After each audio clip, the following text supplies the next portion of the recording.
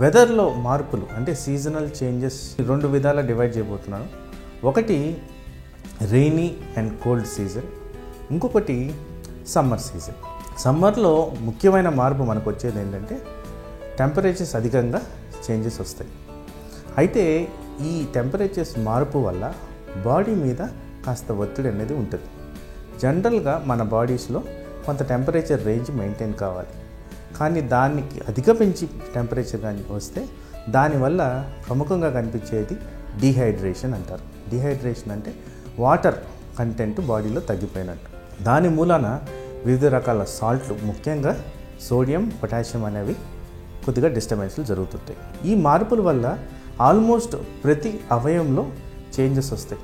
వీటికి ముఖ్యంగా కనెక్షన్ ఉన్న అవయవాలు ఏంటంటే ఒకటి కిడ్నీ, ఇంకోటి బ్రెయిన్, ఇంకోటి సర్క్యులేషన్. సో పేషెంట్కి కిడ్నీ స్టోన్స్, కిడ్నీ ఫెయిల్యూర్ అనేది కామన్గా కనిపిస్తుంటుంది.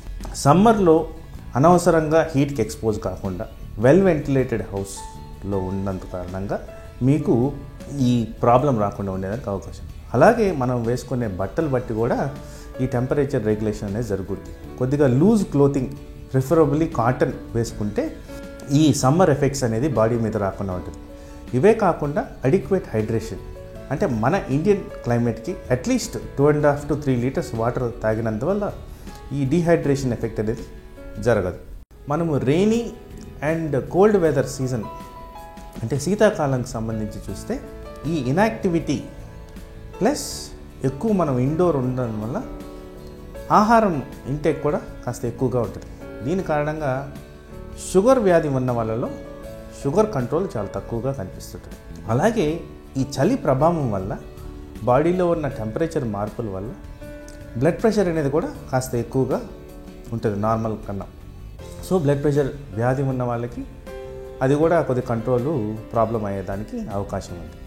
అలాగే చూస్తే తేమ గాలిలో ఎక్కువ ఉన్నందువల్ల ఉబ్బసం వ్యాధి, ఊపిరితిత్తులకు సంబంధించిన వ్యాధులు ఎక్కువగా వర్సనింగ్ అయ్యేదానికి ఛాన్స్ ఉంది. వింటర్లో ఎక్కువ శాతం హార్ట్ అటాక్స్ వచ్చేదానికి అవకాశం ఉందని స్టడీస్ నిర్ధారిస్తున్నాయి. అలాగే చూసుకుంటే మన ఇండియన్ సబ్ కాంటినెంట్లో ట్రాపికల్ డిసీజెస్ అనేవి చాలా కామన్.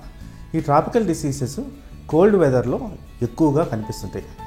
ఇవేంటంటే ఈ మలేరియా, డెంగ్యూ, టైఫాయిడ్, డయేరియా, కలరా ఇలాంటివి ఎక్కువగా కనిపించేదానికి అవకాశం ఉంది. వీళ్ళు వింటర్ వెదర్కి ఎక్స్పోజ్ కావద్దు. వెళ్ళినప్పుడు ముక్కుకు, తలకి, చెవులకి గుడ్డలు కట్టుకోవడం, కోల్డ్ ఎక్స్పోజర్ కాకుండా చూసుకోవడం, ఇంట్లో హీటర్లు అమర్చుకోవడం, నిద్రపోయే సమయంలో అడిక్వేట్ థర్మల్ ప్రొటెక్షన్ బ్లాంకెట్లు కానీ దుప్పట్లు కానీ కప్పుకొని ప్రొటెక్ట్ చేసుకోవడం, అలాగే తరచూ ఇల్లు క్లీన్ చేసుకొని ఈ తేమ లేకుండా చేసుకోవడం, ఇవన్నీ చేసిన దానివల్ల ఈ హెల్త్ ఎఫెక్ట్స్ రాకుండా ఉండేదానికి అవకాశం ఉంది.